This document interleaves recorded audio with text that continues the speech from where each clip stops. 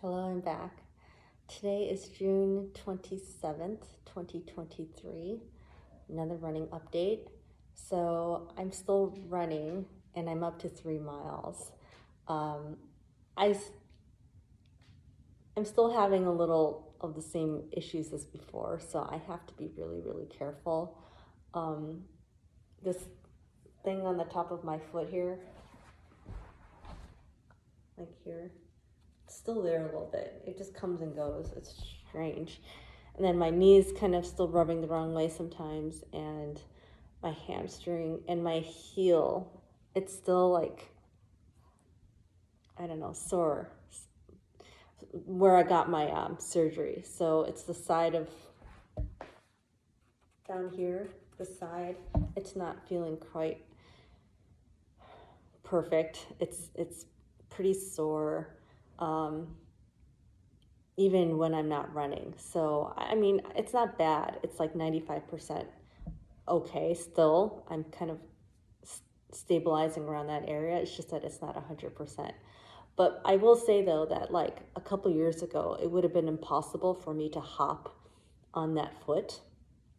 And now I can, which to me is a huge breakthrough. I mean, I couldn't even do a calf stretch on a wall without some excruciating pain in the back here. But now it's like, it's okay. Like I can do the calf stretch, I can hop on one foot. So that is a huge, huge improvement. And I'm really happy about that. It's just that I'm not at 100%. So let's see. I'm up to 3 miles, and yesterday I ran like around 7:32 average pace, but I stopped like 3 times. So yeah.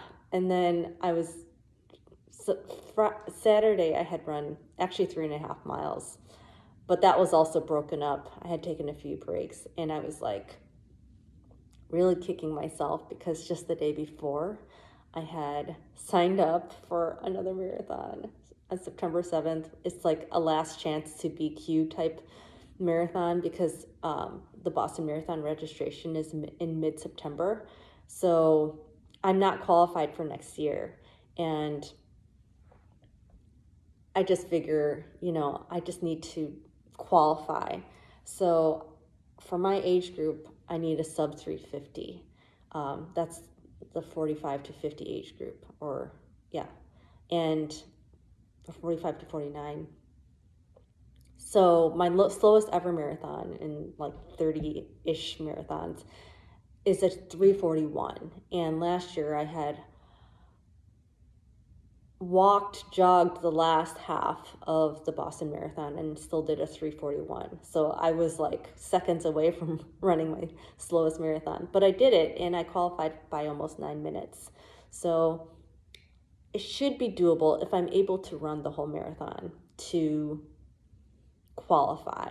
So that's the goal. I don't want to do anything like crazy and run a fast marathon. I just want to just qualify, and then hopefully I can do well in Chicago. I can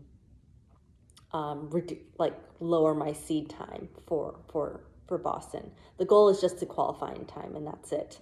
But yeah, like the last few days, I'm like, what have I done? I only have 2.5 months, and I'm like not able to run like 3.5 miles continuously. And yesterday, yeah, I did stop, but Sunday I did run 3 miles continuously, but that was slow.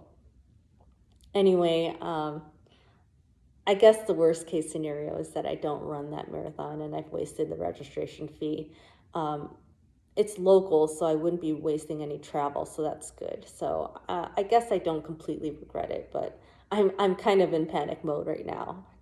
I don't know if I can run 26.2 miles in only 2.5 months, um, based on where I am, but I've done crazier things, so I should gain some confidence from that. Um, yeah, so I'm still just trying to get inspiration from things. I just finished the David Goggins book, Never Finished, a few days ago, and it was really good. He wrote this book, Can't Hurt Me, like a few years ago, and that was like my favorite book of that year. That was so good, and I relate to him a lot, having very, very difficult childhoods and just rising above that and kind of almost using it to our advantage.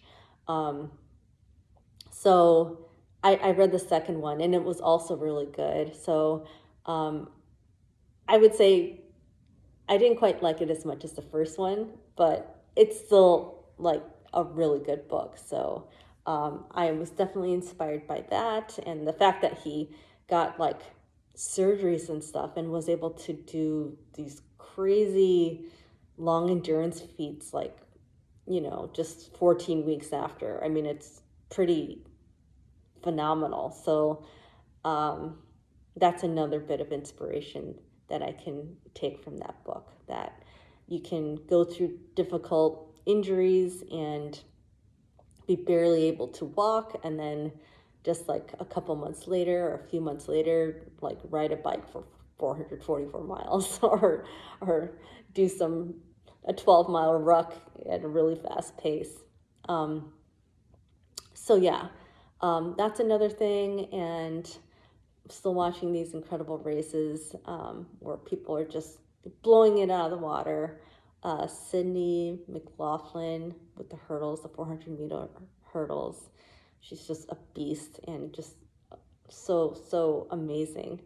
Um, yeah, and I'm just hoping things are going to work out. I'm kind of sick of all the disappointments that I felt over the last couple of years, and I'm so ready to get back to my normal self. I feel like I haven't really felt myself in a long time, and I'm really aching for that reconnection. Oh, and I also wanted to show you, because I wasn't sure if it was clear from the last video about my foot drop, because I just kind of demonstrated using my shoe, but this is what it looked like. So it's like the foot would go like this, and it would go like this, drop, and skid, and then up, drop, like this. And most of the time it was kind of like more like this, kind of like like dragging my foot around action versus straight forward. It was just kind of like, and then I would have this really herky jerky like this. I'm just running like this.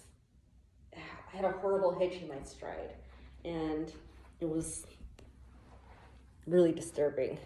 So I still have to be really focused about having a balanced gait. It's very hard, but I think anyone watching me run wouldn't think that it was like totally like out of control, but it takes a huge amount of focus for me. And so hopefully when my body feels normal again, I will have that extra like skill of focus that will work to my advantage, that I would have developed the skill to really focus. So yeah, that's the update. Hopefully I can continue to run. I have an orthopedic doctor appointment tomorrow, so hopefully that'll be nice and productive, and I'll be well on my way. Until next time, hope you're well, and I'll see you later. Bye.